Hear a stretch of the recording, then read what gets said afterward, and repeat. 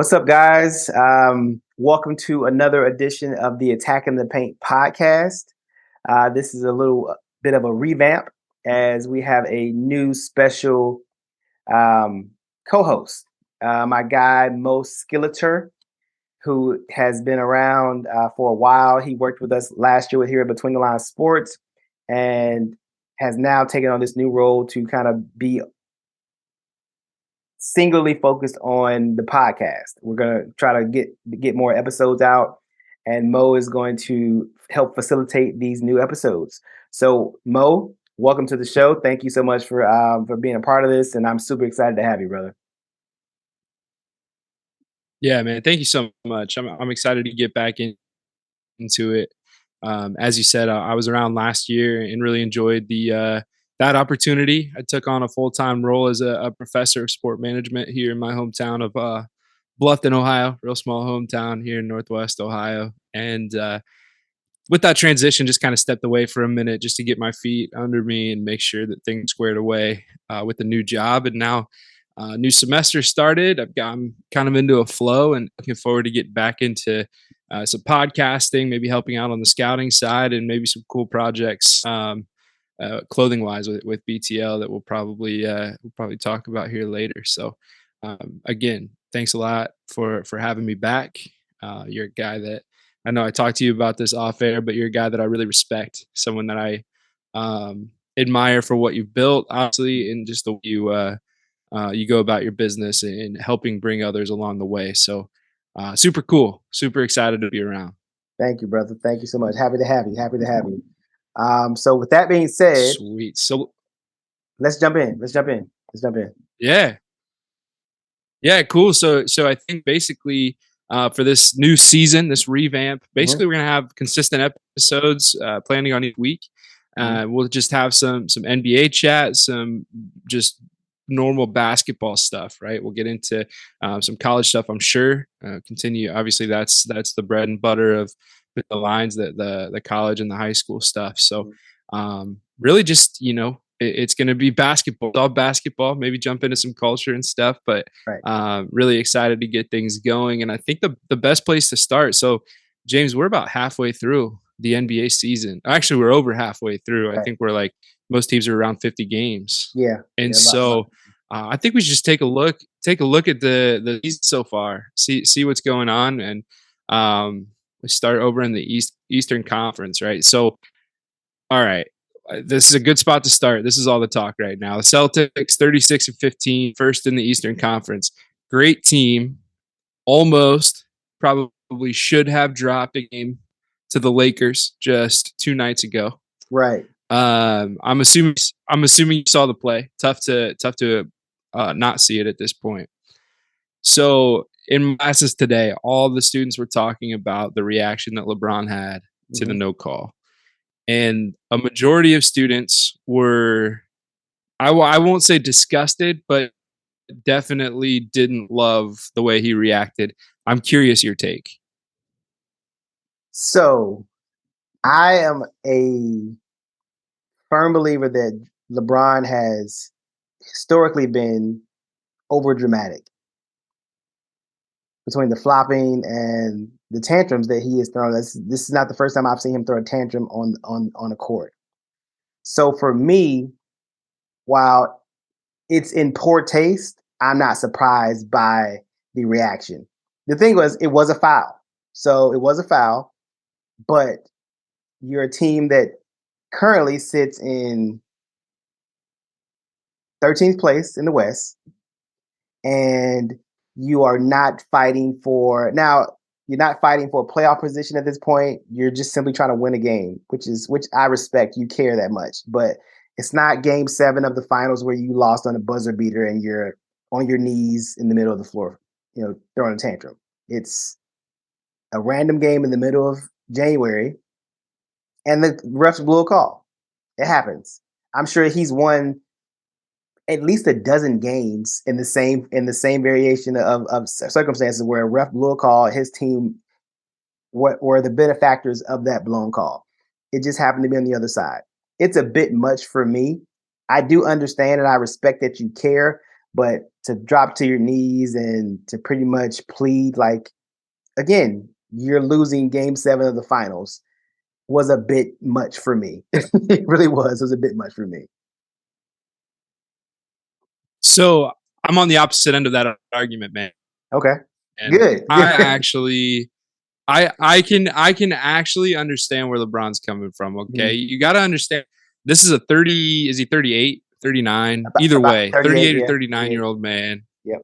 who is playing on a team that he expected to be good that Mhm. isn't.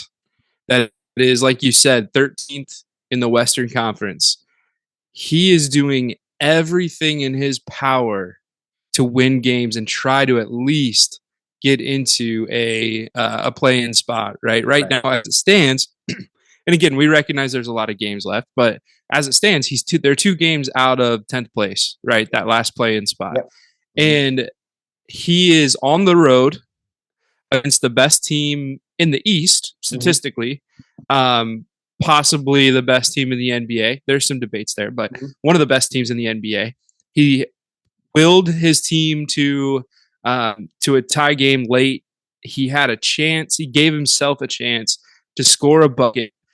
It didn't work out. He got fouled. He should have gotten free throws.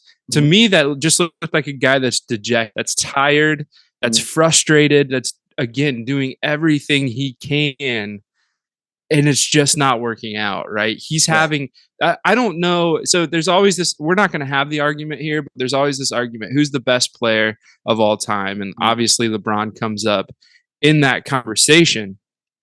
Right now, he's 38 years old and he is doing things no 38-year-old should ever be able to do, right?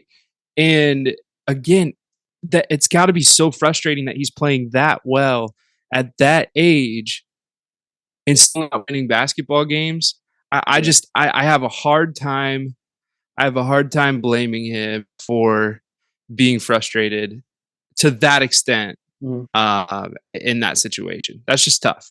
He's Yeah. averaging. He's 38 and averaging 30 points a game. He's shooting 50% from the field. Right. He's Mhm. averaging 7 or 8 rebounds a game, 7 assists a game. I mean, it's just I feel badly for him. Like I want to get on my knees. And I'm not like a big LeBron James lover. I mean, Right. obviously I'm from Ohio, followed him with Cleveland, but I want to get on my knees and for him, man. Like I would do the same thing he would. I don't mind it. I know like Chandler Parsons came out and said some BS about him, which I thought was kind of a slap in the face to LeBron, his boy, Mhm. right? But yeah, I actually don't hate it. I don't hate it. Yeah. Yeah.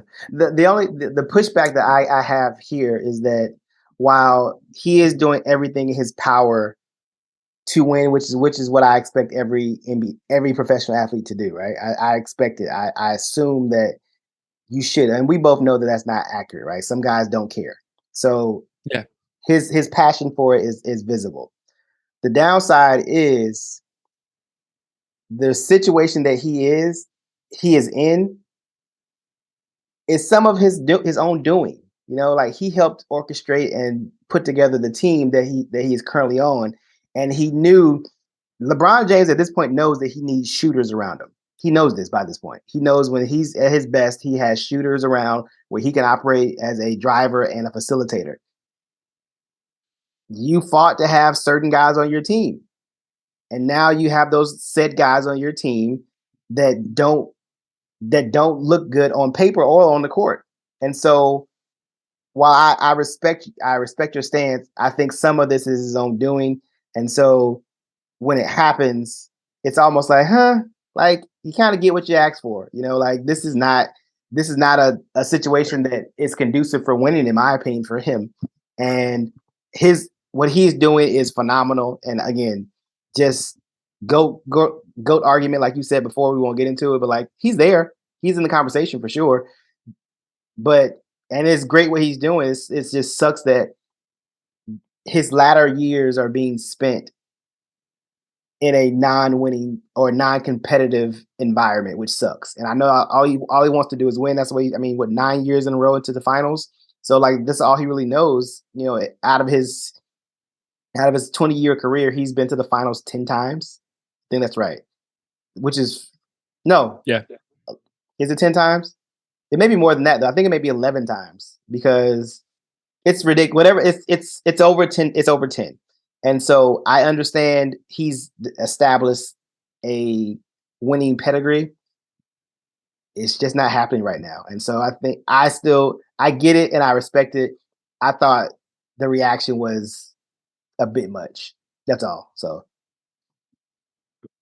That's fair. That's yeah. fair. But again, Some I place ain't in the mad at him. East, I the ain't mad at him. hottest team in the NBA. Yeah, Say that all again. right. I appreciate that. Yeah. That.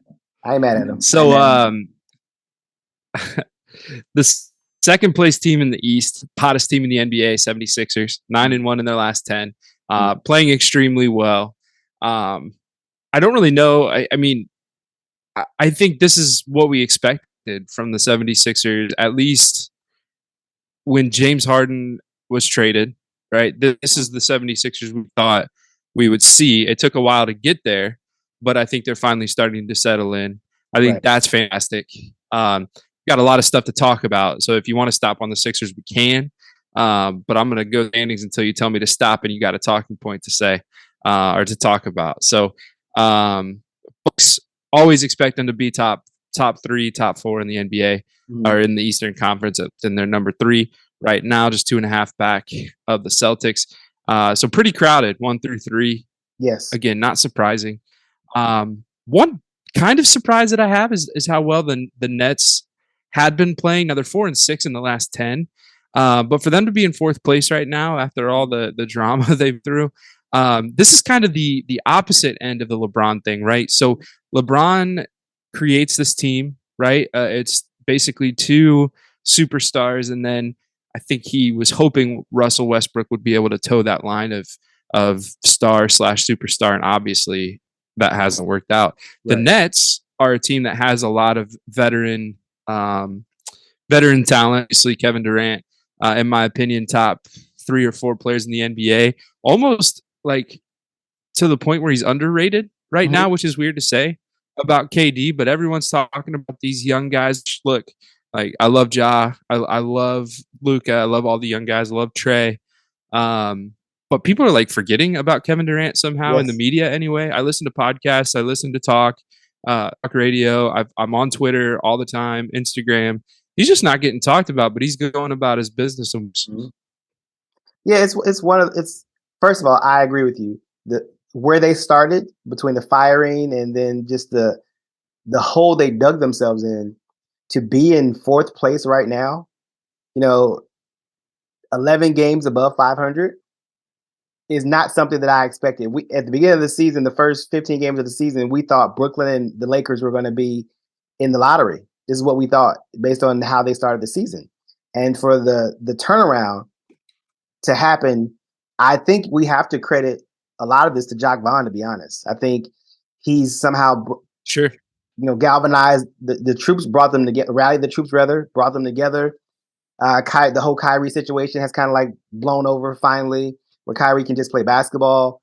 Kevin was hooping before he got injured, and it's kind of what you expected from them. Like, to be honest, they are 2 of the most unstoppable one-on-one players in the game and have been for the past 10 years. So you bring those guys in who both of them draw an immense amount of attention to themselves when they have the ball in their hands.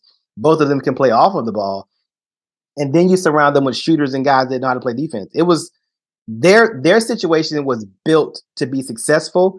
I think the turmoil and the uncertainty of Steve Nash being the coach, him maybe not really understanding how to lead and run a team properly, maybe has something to do with it. Maybe, again, don't know this for certain. This is just me speculating.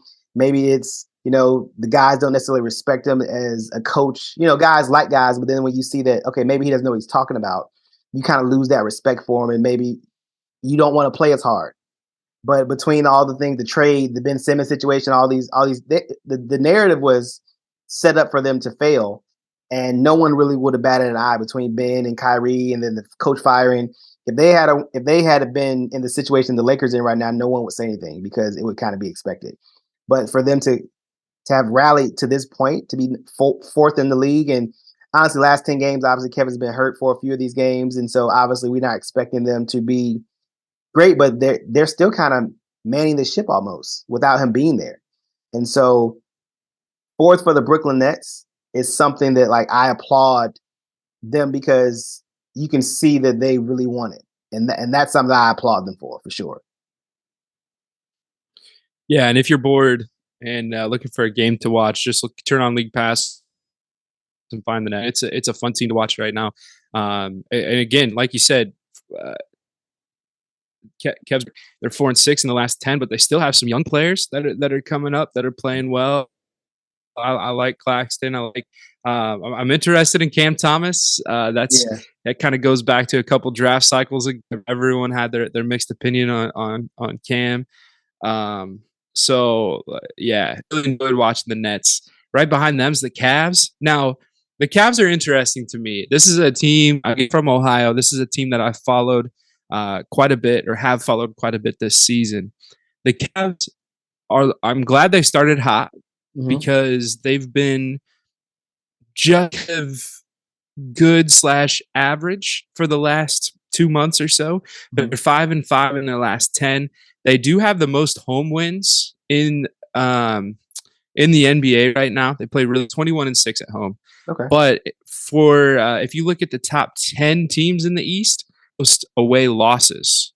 So not playing very well on the road. Mm-hmm. But again, I mean, Darius Garland's fantastic. We knew that. Donovan Mitchell has played um, probably better than we anticipated, even though I don't think anyone anticipated him to be bad, right? Like Right. he's having a career year. A change Right. of setting has been great for him. He looks like he's having fun. The Cavs, speaking of league pass teams, like the Cavs are a very, very fun team to watch. Evan Mobley is Mm-hmm. really come into his own, having 2 7-footers in the paint is huge Cavs. And so I've enjoyed watching them. I know you worked for the Cavs for a Mm-hmm. while, so I'm sure it's a team you keep up with. What are your thoughts on the Cavs so far this year? Honestly, I'm pleasantly surprised, to be honest. I wasn't sure what to expect with the Donovan trade. Even Darius, having the All Star season last year, he'd been hurt most of his career, so really wasn't sure what to expect if it was a fluke last year or not. Um, Evan's the one guy that I've just loved since I first saw him play basketball in high school, and so they have a really unique combination. So they have two, I would say, small guards, right? Donovan's 6'3", Darius is probably about the same size, right? And then you've got 2 7-footers like patrolling the paint, and both of those guys are mobile, like to switch on the perimeter. Both of them are elite rim protectors. So like it's a unique combination of skill sets that just kind of makes sense for them, right? I think it just makes sense. I think their bigs are low maintenance guys that don't need or probably care for a lot of attention right now. They just want to play basketball. And then their two primary scorers are just dynamic guys that you just can't leave alone. I mean, obviously Darius probably has one of the best handles in the league, probably outside of Kyrie and Kimba and some of those guys that just are ball in the string kind of guys. And Donovan's just, I don't know, the word is spectacular. 6'3" combo, Yeah. 2-1, whatever you want to call them, that can do whatever he needs to do on the court. I mean, it's a unique situation. And it's definitely a team I keep up with. Like you said, for obvious reasons. Still know some guys over there in the front office and some scouts over there. I'm very happy that this has happened this way, and it happened organically. And that's the thing, that it happened organically. It wasn't something they tried to go like manufacture. Like most of these guys are drafted guys or guys they traded for on purpose. It wasn't like, oh, we got lucky with a bad trade. No, we want Donovan. What's the big guy's name? Jared. What's Jared's last name? Jared Allen. Jared Allen. Jared Allen. Allen. Jared Allen. Yeah, Jared Allen. Like you want these guys, and so now you have this unique situation. The thing is the three spot. Is it Karis LeVert? Is it Isaac Okoro? You know, who's the guy going to be?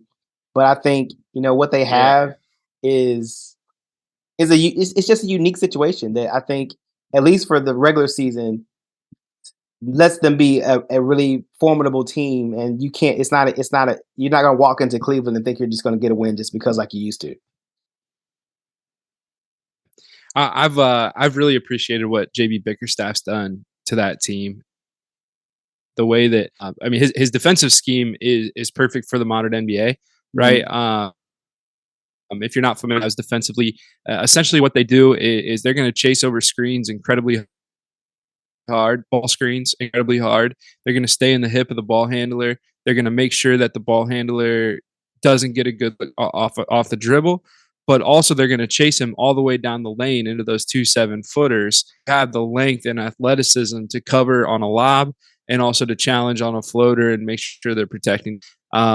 It seems simple to say it out loud, but it's a really difficult thing to do with the athletic player to go up against every night in the NBA. But not only is the system right, he's gotten a bunch of NBA players to really care about the defensive side of the basketball. Yeah. And that's what's so incredible about the Cavs. I love what they're doing. Um, you're right. I mean, they've got all 4 positions down, or sorry, 4 of 5 positions down, and they're just that swing man. And I appreciate what Karras does. I appreciate what Isaac does. Right, Mhm. both play hard. Um, but it's definitely a spot that could possibly use. I don't know what they can do at the trade deadline. Um, with the assets they have, probably not much. They're not going to offer a high draft pick at this point. They obviously don't want to trade those young players. So I don't know what they're going to do there. They might just stick it out, see what they Mhm. can figure out in the offseason. Really like where the Cavs are at. I think they're ahead of schedule. Remember last year they started out pretty hot, and then there were a bunch of injuries. Right, Colin got hurt, and I think Darius times Allen was in and out of the lineup, and they just Mhm. couldn't stay healthy. But yeah, I love what the Cavs are doing. And then you look through like six to 10. They're all kind of bunched together. Heat, Hawks, Wizards, Bulls. I know you're an Atlanta guy. Do you follow the Hawks at all? I mean, this team that um, I don't know if it's a an issue of chemistry. Is the personnel? If you Mhm. just look on paper at the names, I mean, you're talking about athletic fours and John Collins, guy that can stretch the floor, one of the most dangerous lob men and a decent defender as well. And then obviously Trey is one of the most dynamic player under 6 feet tall. And then adding Deontay Murray to that team, it's just like it shouldn't be 25-25 right now. True. So I keep up with the Hawks. It's one of those things that I didn't grow up a Hawks fan though, so I have to put that disclaimer out. I didn't grow up as a Hawks fan because I was born in Chicago. My entire family's from Chicago, so I grew up a Bulls fan. But the older I got here, the more you just root for the team that you're close to. So you start rooting for them, and you start investing your time and your energy into the support. And I think you're exactly right. On paper, they should be at least in the sixth spot, you would think, on paper. Between Trey being now a regular all star, John being exactly what you said, the ability to catch lobs, stretch the floor, defend a little bit. DeJounte, being an all star last year, first time all star last year, having the ability to be switchable because DeJounte can actually play, you know, two guards a little bit better because of his size, can take Trey off the ball a little bit. All those things just seem like it would fit. Um, Based on what I hear, based on what I've been around, there's definitely some chemistry issues going on. Um, this is what I'll say. But yeah, don't say anything you can't say. Right. Leadership is extremely important. People liking the people that they play with and work with are vital to the success and or failure of your team. And so if you don't have those things where people like each other and want to be around each other and want to follow the people that are leading them, it's probably hard to win. I think their talent is why they're 25-25, to be honest. Because if they weren't talented, they'd be 12 and 12 Oh and yeah, 30. That's the truth. If they weren't talented, they'd be 12 and 30 or 12 and 40. yeah. So I think their talent is why they're at least a 500 team right now because they're so freaking talented, especially at the guard positions, and then John, obviously. And then the other side, though, John's been hearing trade rumors for 2 years. I mean, so like, what do you like? I understand. Exactly, and that's yeah, Go it's ahead. something I You go want to ahead. bring up too because it's he hasn't seemed happy in Atlanta for 4 Right. years. Somehow he's still there. It's like um, I don't have inside info. I know you know people, and again, I don't want to put you on the spot, but from an outsider's perspective, this is a guy that just seems like he can't make up his mind. Can't Mm, make up your mind. You can't be fully bought in, right? And if you're not fully bought in, I don't want to say that John's the end all be all issue and get rid of him and everything gets fixed. mm, Uh, but I do know something going on there that guys just are 1 foot in, 1 foot out, just not buying in Atlanta. And it's a shame because yeah. it's a team that could be really, really, really fun to watch. I mean, at their peak, just when it was really just Trey. Um, when they made the Eastern Conference Finals, right, team was bought in.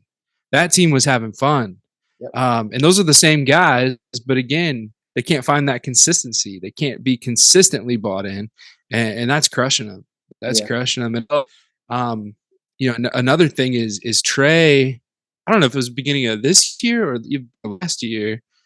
Trey came out and said like the regular season's tough. Like we're really having it seemed like having a hard time getting locked in for some of those like middle of the season regular season games. Mm, Uh, and look, like you got to win games to get in the playoffs, and right now they're in the play in, and it's going to be so we'll see what happens with them.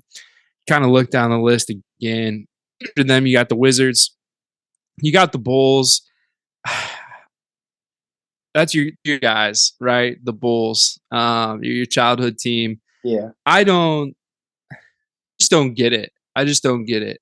Um, Obviously, Zach LaVine, tremendous player, struggles to stay healthy. Um, you look at Vucevic inside, a great dude, but that's a team that, if you ask me, I'm a big Ringer fan. I listen to the Ringer NBA or the mismatch with Kevin O'Connor. He uses the term "blow it up" all the time, and it's Hmm. become more mainstream in NBA Twitter. But the Bulls, I think they just need to give up, tear it down. They have some assets. Get Levine out of there for some assets here at the deadline.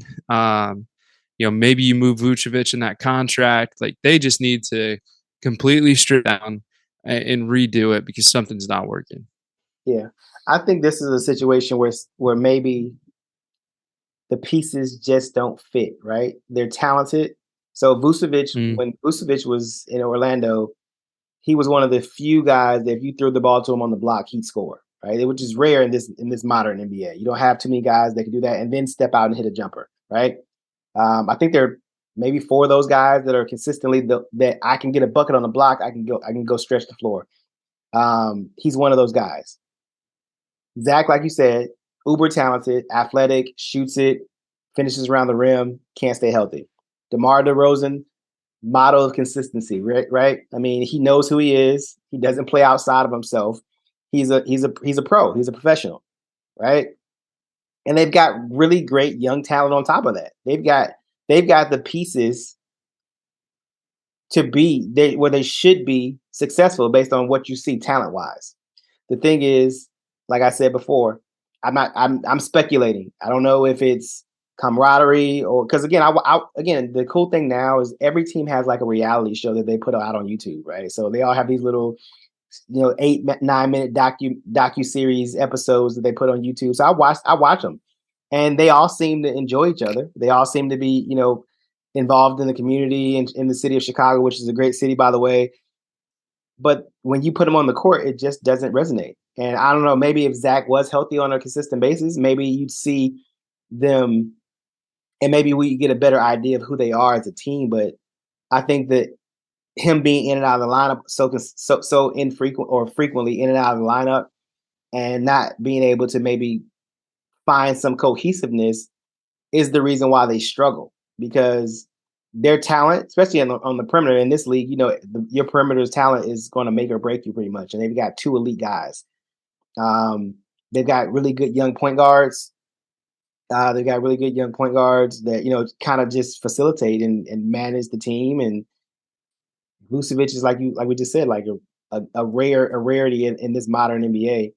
The thing is, I don't think they all fit, and unfortunately, Yeah. it's sad to say, but I don't know what they do. Like you said, I don't want to go as far as saying blow it up, but what I know is this: in order to change culture, you have to change people. That's what I will say. In order to change the culture, whatever, when and wherever you are, you have to change the people. That's it. You can't change a culture with the same people. So if I'm saying blow it up subconsciously, that's but like in order to change the culture, you got to change people.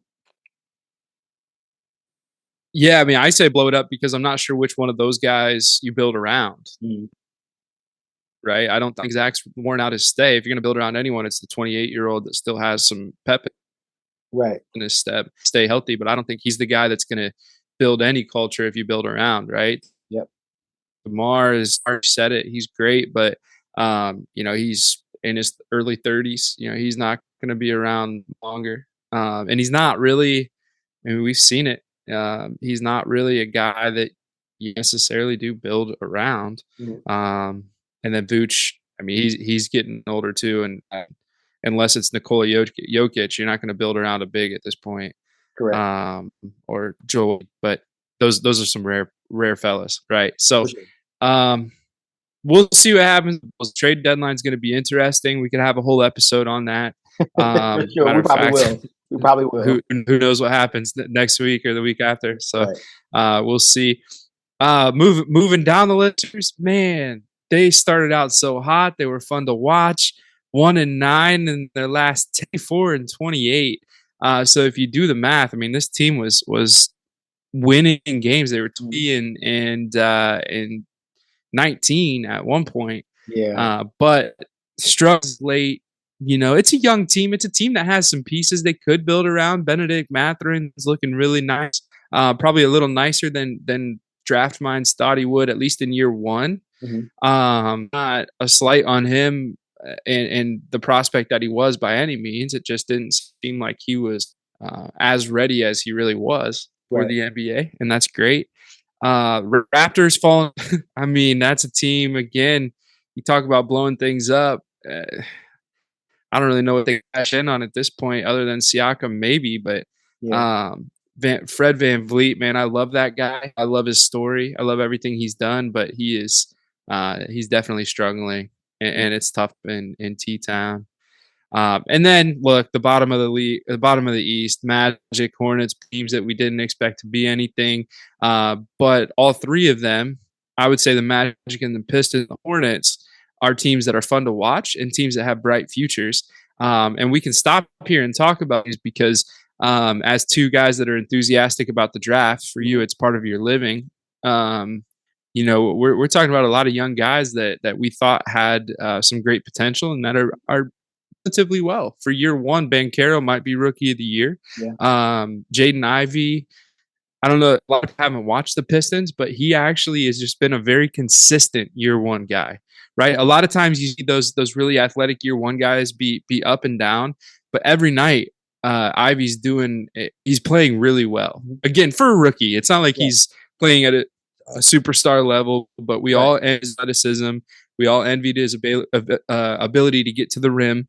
Mhm. His passings looked really nice. He did collapse defenses and find some open guys. So I've liked that. Jalen Duren, who Mhm. you were, to put it lightly, a little concerned about how he'd be as a professional. And Mhm. we'll see how that goes as things progress. But he's looked really nice. It's a really good sign for Detroit. But what do you think about some of those young guys? Yeah. It's one of those things where I think you and I are probably the most based on on what we know. We're really realistic about young prospects because more often than not, there's going to be a learning curve. And so no matter how good you are, Jaden Ivey, LaMelo Ball, Paolo Banchero, and the list goes on of young, talented guys, you still have to learn how to play the NBA game. And it's 82 games. It's different than college or wherever else you've been playing. And I think the one thing that you just said is accurate. These teams are fun to watch. and their futures are bright. Out of this bottom three, Orlando probably has the most decisions to make because they have a log jam at a few positions. I think their four positions are super, deep, and they're combo guard heavy. They don't have a point guard. They've got a bunch of combos that are all kind of similar. And so those are the things that they would have to decide who they think are gonna will be like staples in the team or pillars, or if you have any, or do you move them, and for assets or pieces or whatever the case may be. Maybe you want to build around Banchero, and maybe you just decide that most of these guys we could probably move away from and start over and get assets for what we have. I mean, it all depends on the leadership and where they go. But the one thing that you can say that you've said already is that they're freaking fun to watch. And if you're a basketball fan, sometimes it's just that. Like I am, because I scout. I rarely go into games caring who wins or loses. It's hard to like get Yeah. up and invest outside of my secret favorite player, which I don't talk about anymore publicly because of what I do. But like I root for my favorite players still. But other than that, I typically have no skin in the game, and I want to be entertained because it's just that, and I want to see good basketball. And so, but these three, LaMelo can make every fucking pass in basketball. I mean, and he's one of those guys that Yeah, he's nuts. yeah, he's nuts. He's nuts. But like the teams are talented. Cade's hurt, so I wonder if Cade's really hurt or they're just trying to like, maybe I don't want to win an extra 10 games, because there's a freak Hmm. of nature unicorn waiting in the wind that they possibly could get. So Man, you put Wemby on that team. Mm, yeah, boy, oh boy, yeah. that's my that's the destiny there for me. Of all the teams that could get Victor, I think Detroit. You put him in the post. You have Cade and Ivy outside. If they can hold on to Bogey somehow, Mhm. and spreading the floor in the corners, running around screens, that team. I'm not going to say they'll be perfect next year, but they're going to be. Oh man, Exciting. I'm Exciting. biased because I live 2 hours straight, but yeah, absolutely. And I want to go back real quick to Ivy. Mhm. James, not James, you're James Ivy. Jaden Ivy is is one of my favorite players that's come out the last couple of years. I love his story. Um, I love how humble he is. Mhm. Right. I love how much he loved the moment. And valued the moment of getting drafted. He knew he'd be drafted in the top five, but he still cried, right? He still showed appreciation. And I really like a kid like that. Yep. And we talked about, right? We talked about his athleticism leading up to the draft. It was jaw like. It was not. It was you watch him get what we're saying, right? Like he Mhm. can get to the rim. He's got a lot of athleticism. He's not Ja Morant, and probably never will be. Right. He has that kind of bounce, that kind of first step. So I talked about his consistent. I want to talk about his January. So I'm just going to go through his points. So 13, 12, 20, 10, 17, 18, 12, 21, 16, 12, 16, 16. 2, 5, 5, 6, 4, 8, 6, 6, 4, 11. He had a 12 and 11 game against Milwaukee, which they lost 150 to 130. By the Oh way, wow. that was 12 and 11, and then he followed that up with 16 and 8 with 3 rebounds, and then followed 16, 5, and 7 rebounds. So we talk again consistency. Yeah, he's had tough games. He played in December on New Year's Eve. He had a 1.6 turnovers, 4 assists in 20 Minnesota, which they happened to win, which was weird. But right before that, 22 and 6, right? 6 from the field, 2 of 5 from 3. Like this is a guy that's played well. Right. He's played well, and I'm excited to see it for him. But we haven't even talked about the Western Conference, and we're like, what, 40 minutes into this? 40 minutes into it. So um, let's, yeah. Let's jump into the West real quick. Now, the West is, James, the West is not good East, top to bottom. I Mhm. don't think. That's my own opinion, right? Obviously. Um, don't think it's any surprise that the Nuggets are at the top or near the top, right? I mean, that's a team that has two-time Nikola Jokic and um, should be MVP this year if people voted today. Even though I completely understand voter fatigue is a real thing, and Mhm. we'll see what happens there.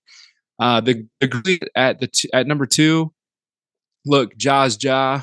Jaren is Jaren. That team is. It kind of reminds me of, well, I guess what I hope the Pistons end up being, right? Mhm. Like a team that we knew for a long time they didn't know they were not, and Right. now they're finally coming into their own. A lot of good young pieces, um, and then it's a drop off, right? It's a 4-game drop off to get to the Kings. Right. The Shout Kings. out Sacktown. Yeah. Super happy for those fans. Yep. They deserve a good basketball team. That city is a rabid, has a rabid fan base, Mhm. and the Kings are putting it together, man. Yeah, they are. I know they just recently extended their GM.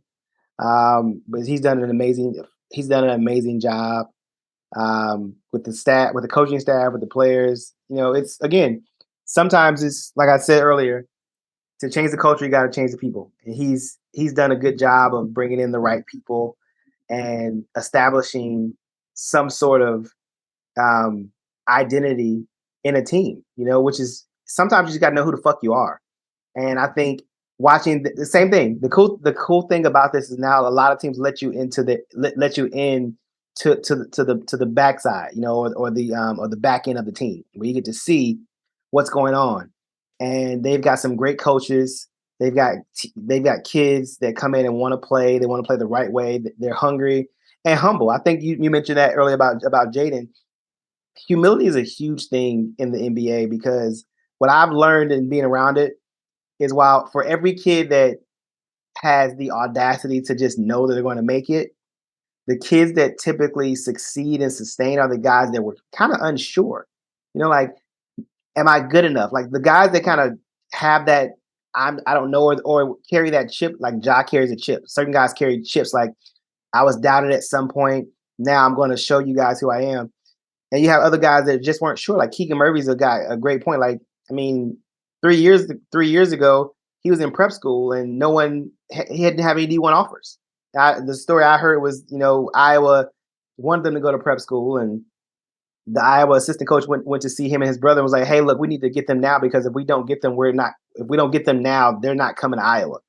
Like that kind of stuff because they improve so much, and so to make those jumps from year to year and then make another jump and from year one in college to year two in college and watching his brother kind of do the same thing, it's a unique situation to be in, but like you get the right group of players to buy into the identity of the team and are humble and hungry at the same time.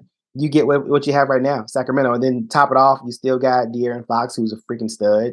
um, so you've got a good mix of talent and experience, coaching, front office experience, and you get this third in the West, 27-21. And what are they? 7-3 in the last 10. Like you can't be mad. And like you said, great fan base. I was definitely on the Sacramento Kings bandwagon back in the early 2000s when they had Mike Bibby and Chris Webber. Mike Bibby was my favorite player back then. So huge. I had a Sacramento Kings jersey, Mike Bibby jersey. So I found it on eBay back in the day. I had to go find it because they didn't sell them because he wasn't a popular player. But I made sure I had me a Mike Bibby jersey for sure. And so I'm happy. I'm happy for the Kings. I know some guys over there. And yeah, this is unexpected for considering how bad they've been in the past 5 years, but happy at the same time for sure.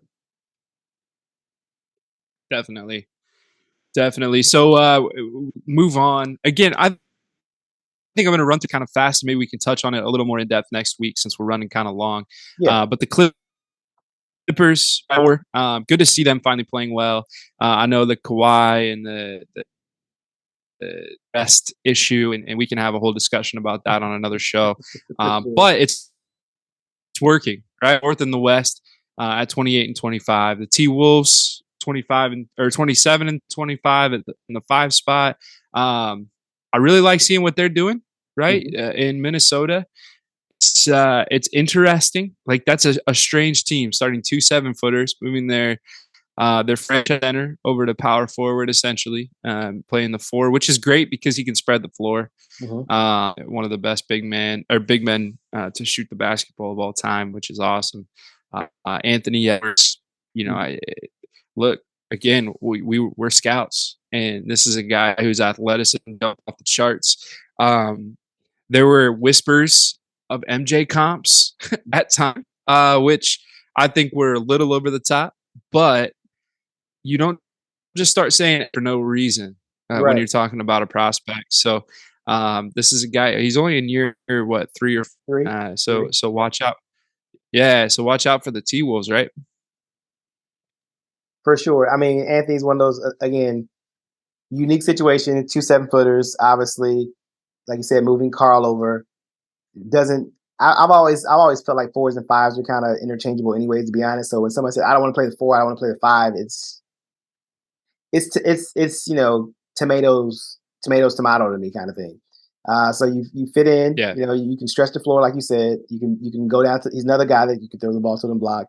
And Ant's just phenomenal. Another guy, high school, just watching him transition is one of the most exciting things for me because it's one of those you're not always right.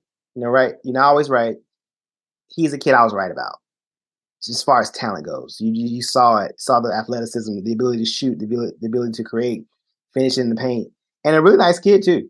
I mean, really nice kid. If you talk to him, just polite, southern, um, happy, happy kid. So to see them in the playoffs right now and I think this will be their first playoffs run since he's been there at least.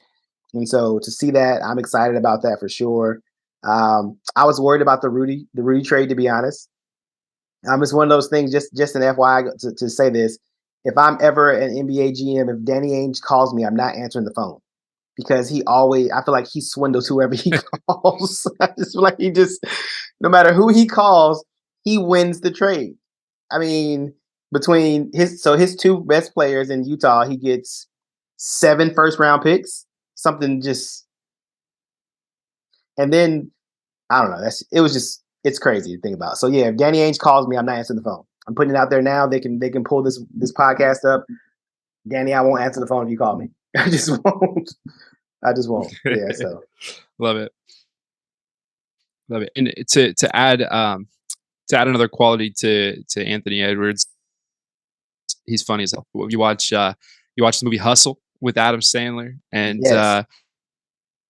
Juan Hernan Gomez as Bo Cruz and Anthony Edwards as the villain. Uh, Hmm. he is hilarious. So well done to him. The Warriors, I'd like to save a discussion about the Warriors for another podcast when we have more time. Okay. But they're at number 6, 25 and 24. I also want to see the Mavericks for another time because Okay. that is a team that is one of the most frustrating stories in the NBA for me personally, right? Like, I'll sneak peek at what we're going to talk about being the best player in the league, at least the best scorer in the Mhm. league. Playing for a team 6 and 25 is just infuriating, but we'll get to that. Pelicans will play 2K GM mode. The Pelicans win the NBA Finals every single year, which is funny. This is a team that should probably be better than 26 and 25, but a little more in depth about the West later Mm. on. Man, Suns in 25. Yeah, that's a tough one. Um, but I also need to mention here, if you look at spots 3, actually let's go 4 through 12, only 3 games separates 4 through 12, Yep. which is crazy, which is crazy. And then past 12, you get to the Lakers. We talked Mhm. about LeBron and what's going on there. Right. Spurs and then Rockets. Look, again, 2 teams that we didn't expect to do much.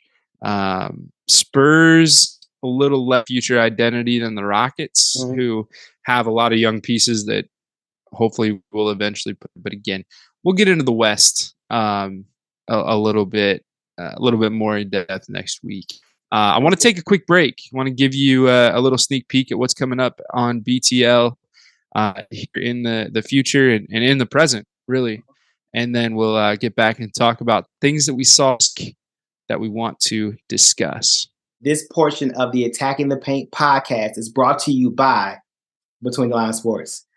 Visit the website at btlhoops.org. Follow us on social media at btlhoops on both Instagram and Twitter. And again, this portion of the Attacking the Paint podcast is brought to you by the good folks at Between the Lines Sports.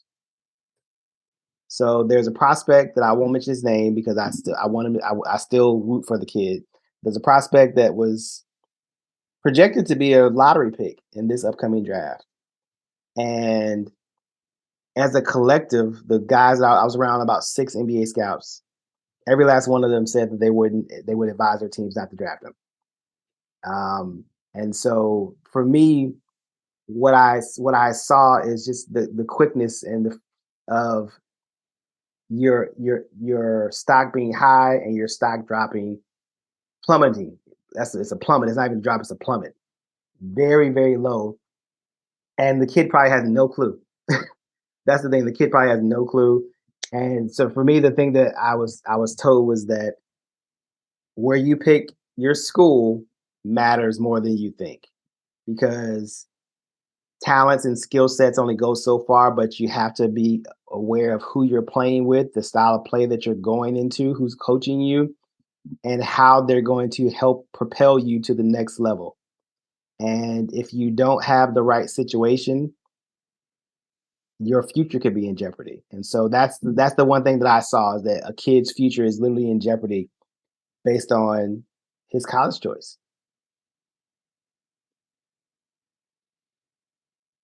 Is this because of personality problems, or is it because he able to stand out, or I guess isn't able to improve because of the situation that he's in? I think it's more so his inability to stand out and improve based on the situation he's in, not the personality. But although personality traits do come out when you play, so there were questions about this player's heart and or toughness, and people were very concerned that he didn't have enough of either of those things to succeed at the next level. I'm trying to be as vague as possible while giving information. Yeah. Right. Yeah, these are the nuances of scouting, right? Mm-hmm. These are the things that people don't necessarily understand. At least, okay. So I jumped into the game like 5 years ago, right? And I started just like anyone else did, as a fan, but watched some. I mean, I felt like I knew a lot about basketball. Hopefully that kind of comes out in some of my scouting reports now. But back then, there's a lot to learn, right? And so I could see what guys did. I could look at numbers. But once you advance and once you start to do this either professionally or semi-professionally or for a professional organization like yours, like BTL or anywhere else, you start to do this intel stuff, right? Or you do into gyms and sit with these guys and these NBA guys, and you get to hear more about these players, more about their backgrounds. Every year there are some interesting stories about different guys. We mentioned one earlier in Jalen Duren, which I'm going to talk about the actual intel reports that you and I were able to discuss. But there's stuff that comes out, right? And so if you're a young player, like you said, you got to pick. You got to make sure you're picking the best situation for you. All right. I don't know what game you went to. I don't know what you're talking about. We didn't talk about this beforehand. Out of school like maybe South Carolina, right?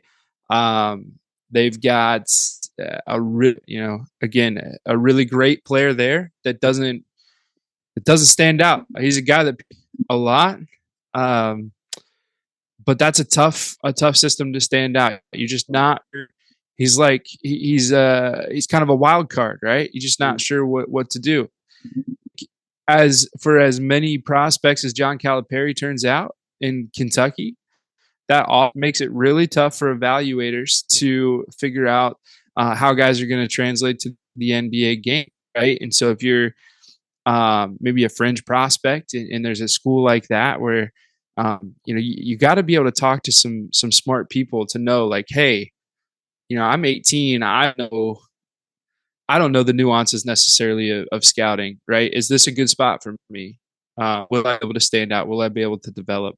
I think that's super important. And again, if you're a fan of scouting, or you look into the draft, just understand a lot that goes into how these guys are picked.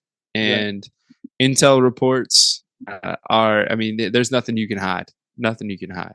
Nothing at all. So speaking of prospects here, speaking of good, of finding yourself the best situation possible, there's a player in the high school ranks that is currently looking for school, or possibly a different route. We'll see what happens there. His name is Bronny James. A lot of you probably haven't heard about him. Kind of an under the radar prospect that no one really talks. He's related to an NBA basketball player. His dad is actually in the NBA right now. He plays for the Lakers. His name's LeBron. Obviously, I'm being facetious right here. So he is the most watched, most talked about college or high school basketball player in quite some time. Even more hype around him. I shouldn't say hype necessarily, but attention around him than Satan, or at least comparable, right? Because Chet was a freak. Like, everyone was into what he was able to do. I've been seeing, so again, this is called Things We Saw. This week, I saw someone, and it's not just one person, but this is a sentiment echoed by a lot of people in basketball circles, that Bronny James only stands out. He's only a McDonald's All-American. He's only getting big time D1 offers because of his dad. James, you and I watch a lot of basketball too. We're really interested in not just how college players will translate to the NBA, but how high school players will translate to college basketball. I'm going to spot and let you answer this question first. Is Bronny James worthy of McDonald's All-American, and is he worthy of high-level D1 offers? He's not worthy of a McDonald's All-American, in my opinion. I do not feel that was fair for him to get a spot when there have been other people who have been more deserving, I believe, are more deserving of a spot. I do think he is talented enough to play at a Power 5 conference in college basketball. I think he's a good basketball player. I think he's a good high school basketball player, but there are tons of those guys every year that go to Ohio State and Oregon and Texas that weren't McDonald's All-Americans. And so I think he's good enough to play at a high major Division I program, but I do not think he garnered or did enough, not garnered. I don't think he did enough to be a McDonald's All-American. And this is, so like, just cut and dry, no. He shouldn't be a McDonald's All-American. I think he's okay to be a high major Division I player. I spent a couple hours watching. I'm sorry, you go ahead. I cut you off. Go ahead. That's all right. So we're on Zoom, just so everyone knows. We're on Zoom and stable connection. So I think I lag a little bit behind James. And so when I start talking, he doesn't always hear me. Not rude. He's not cutting me off on purpose. It's just that our connections are a little stable. But that being said, I spent about 2 hours watching Bronny James tape. Not a lot of his games, like, as they air. But I went through and on Synergy just about everything I could consume. What I saw from Bronny, I'm actually really excited about his future. Is he Donald's All-American? I don't want to pretend like I know the top 20 to 38 high school basketball players in the country well enough to make that determination. But I do know that this is a guy that that right now, and again, we all have our own opinions. We all see things differently. Mhm. I think James actually stands out to me as an NBA prospect, a future NBA prospect. I imagine he's going to spend 1 year in college and make the jump, and someone's going to draft him. Probably should because of who his dad is. Like that is probably true, but I don't want that to take the fact that he is skilled enough to play in the NBA in the future. Okay, he doesn't shoot a high percentage, but what I look at, a little glimpse into my scouting process. I look at mechanics. I look to see consistency and good form, right? And Bronny has fantastic. He has consistency. It's compact. It's repeatable, and when he makes it, beautiful. When he misses it, it's just a near miss. He reminds me, in terms of his shooting, not the type of player he is. It reminds me of Jonathan Kuminga when he was with G League Ignite, and how really low percentage. I mean, 27 or so percent from three, maybe 45% from the field. But everything he did was exactly the same. He had a smooth, nice, high release. It just didn't go in. Mhm. I see that. I see someone that I know can find that consistency. Mhm. He can create his own space. He can hit off the dribble. He can get into the paint. Now, for every player, there's going to be places that they need to improve, right? He could get a lot better at the rim. I know he's thrown down some pretty impressive dunks, but he's still kind of a below the rim or right at the rim finisher Mhm. for the most part when he's attacking. And so there are definitely some things to work out. I think he's a good passer. He's got good vision, Mhm. but I think that his passing could improve a little bit. But he's got the handles, he's got the wiggle, and he's got the ability to manipulate some defenses, take guys on one. He's strong. He's a little bit small. Not he's not small, but he necessarily stand out stature wise, right? I'm not even sure how big he is. Maybe 6'3", 6'4". Yeah, about. Maybe I'm misjudging that, but I actually really like what I see from him. I really think that with the year, again, we talk about getting the right system. Mhm. I hope that I think that his camp is going to be smart enough to put him in a good position to grow, to learn, and to find some consistency, and maybe learn some of those skills that he lacks or needs to improve. From what I see, and again, I promise you, I've watched as much tape as I can consume on Bronny James. I actually really like what I see, and he's definitely of a Power Five D1 offer. And if you ask me right now, like take his dad out of the equation, just take his skill set, I would say he's a 2 year college player that after year two he'd probably make that jump to the NBA. But now remember, so I'm thinking of Malachi Branham. When I watch him, think of Branham, who came into college a lot. Like I would almost describe him from high school to college in the same way I'm describing Bronny. And like he has a lot to learn and a lot that he needs, but the skill and the technique and the technical stuff is all there. If he gets in a situation like Malachi did, remember he went from yeah, okay, to NBA to lottery pick. Yep. We look at Bryce Sensabaugh right now, a guy that came into college, yeah, probably 3 or 4 year player than maybe the NBA. All of a sudden, Bryce Sensabaugh is hitting consistently, some tough shots, and like we can talk about him. Like that's a whole other podcast as well. But I know this is two Ohio State guys, by the way, and I know Ohio State that he's looking at. Based on those two players alone, maybe Ohio State is the best situation. Considers two guys have been able to or were able to do from stepping foot on campus to being a projected lottery pick or close to it. So I like Bronny. I think he goes in the right spot or to the right spot. He could be a one and done and get picked first or early second round. I agree 100%. Um, it's the cool thing about evaluating high school guys, and obviously covering college to the point of guys going into the NBA, is that you can see transferable skill sets pretty quickly. And so everybody doesn't stand out in high school for reasons. I mean, one of the reasons I talked about this on one of my calls with the guys a few days ago, spacing is really bad in high school. Spacing is horrible in high school. So a guy that really knows how to play basketball, wants to make the right play, wants to make the right read, wants to make the right pass, wants to make get the right shot. Spacing is so horrible sometimes that guys like that typically don't stand out as much. You have guys that can wiggle and do things and are more athletic and size, and they just stand out because physically and or their skill sets are so elite that it doesn't matter what you do.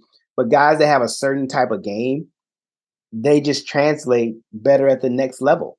And then you have guys in college that do the same thing, that maybe in college they're just okay because coaches can muck up the game and throw zones and all types of schemes at them. But in the NBA, when there's just space, they thrive. And I think his talent and his pedigree is a benefit. Him being around one of the most cerebral players that we've ever seen, at least in this past generation, I think has done something for him. The kid definitely, again, that's why I was like, he definitely knows how to play basketball. I think he's definitely worthy of a Power Five school to offer him and him to go there. So I think as he gets to college, you'll see the improvement. You'll see why he's talented. You'll see him making the proper reads and the proper passes, and he has decent size. He's about 6'3", but he's strong. Like you said, he's strong and he knows how to play basketball. Yeah. I think guys that just know how to play typically stand out as stakes get higher. Typically, that's what happens. As the stakes get higher, talent gets better. Guys that know how to play basketball typically rise to the top. I think he'll be one of those guys, like you said. He should probably be a 2 and done, but he'll probably be a 1 and done for obvious reasons, because his dad wants to play with him in the NBA. So that means whoever drafts him pretty much knows they're probably going to get LeBron James. I think that's how it works. If we draft Bronny, LeBron comes over as a free agent. That's how that's going to work, wherever he goes. So you win LeBron James sweepstakes for a year. Prepare for that storyline. Scouting and mock drafts really difficult next year. Just so everyone knows, it's going to be a shit show. But nonetheless, again, I think he's great. I love the point that you made. Last point I'll make before we get out of here. The point that you make about high school basketball, especially up here in Northwest, got a lot of smaller schools. And so when we have a prospect that is rated highly, like say 4, I don't know if we've had any 5 stars. We had a couple 4. A guy named Kalen Etzler, who's now at Ohio State, played at a school that we go by divisions here. It's the biggest, and we go all the way down to Division 4 in basketball. Those are the smallest schools. He played in Division. He's 6'7", 6'8", kind of a swing man, but against smaller schools that. And he played for a school that had some good players, but no one near good enough to spread the floor. So he's getting double, triple teamed every time he touches the basketball. People are like, oh, he's not that good. He's only scoring 10, 12, 13, 14 points a game. Well, that's because he has 3 guys surrounding it. He goes and plays in the AAU, and it's like, oh, okay, like this guy can play. Right now, so Kalen's over at Ohio State. He was redshirted last year. He's getting, I don't know, 3 to 5 minutes this year. We've got a guy right now in high school close by in our coverage area. I broadcast high school basketball here locally. His name's Austin Parks, 6'10", 4-star, ESPN Top 100, signed with the state. A guy that I've watched since he was a freshman in high school, and every single time I watch, he's better, which is fantastic. He's an exciting prospect, right? But his problem is at a smaller school in Northwest Ohio. So every team that they play against double or triples him on the block. He's got to get the ball. He's got to get rid of it. And, I don't want to say anything negative about his teammates, but they're certainly not college/NBA quality players spread the floor. So he has nowhere to move, nowhere to go. He's probably averaging 15 points, 10 rebounds a game, which is great. But the other night, I think I saw he scored like 40, 45 because a team decided they were going to try to play regular defense, and it didn't go so. Again, it's tough to evaluate it. it's tough to evaluate high school basketball during the winter high school season, right? It's a lot easier if you can follow AAU, if you can get to some gyms, summer events. Obviously, you got Peach Jam real close to you, and I know you travel around and do a lot of stuff all over the country. Um, don't judge a high school player by how he plays against other high school competition. That's all I have to say. James, that's it, man. That's all I have. You have anything else? I just want to say thank you. This has been so much fun. Um, I tell people all the time, I don't talk basketball a lot outside of people who know basketball, and so it's refreshing to just have a basketball conversation. It really is. Just to again, even when we don't agree, like the best part about having a sensible conversation with somebody who knows basketball is that even when we don't agree with something, it's not an argument, it's not a fight. It's simply, all right, cool. I don't agree with you, but move on. And so for me, it's just thank you. Like this has been fun. This is something that I've always wanted to do. Like I said, I started attacking the paint 2 years ago, and I just thought it was going to be something different. But the cool thing about things, if you keep plugging along and you keep plugging along, you kind of find your way. And when you called me, like I told you when you called me, it was literally like the perfect. You called at the exact perfect time, and I was like, it was just I knew it. And when you had what you had on your mind, it was perfect. It was no brainer, no brainer. Like I told you before, I told you this off air, but like you're one of the smartest people that I know in this space. I know you don't. I know you don't like the compliment, but you are, and I love being able to share this space with you because I think this we can grow this really fast because we have unique perspectives and we have a lot to say. And so let's pump some stuff out, man. Let's pump some stuff out. So I'm excited. And thank you. And thank you. Get it. Yeah, for sure. And thank you for again letting me take a long hiatus and then jumping right back in and getting some stuff done, man. And so the rest of this again, we're gonna pump these out every week. Yeah, we might have a special episode in between, some interviews. Keep doing some of the stuff that James was already doing. And keep your eyes out and ears out for some new merchandise that we're going to get up and running soon. And then obviously the scouting content. A lot of great people working with James, BTL Scouting, running that scouting department, doing a really, really nice job. The future of scouting for sure in the present. So check out the website tlscouting.org, I believe. Is that BTL, right? yeah, btlscouting.org and or btlhoops.org. I bought a secondary domain. There So you go. btlhoops.org as well. Social media is at BTL Hoops, Instagram, Twitter. YouTube is BTL Sports. So we're everywhere and anywhere. If I always say if the ball's bouncing, I'm probably going to be in the gym. So I'm sure you can find me that way. There you go. Catch me on Twitter at Evan Skilliter. I'm at Evan R. Skilliter on Instagram. Do you have a personal as well?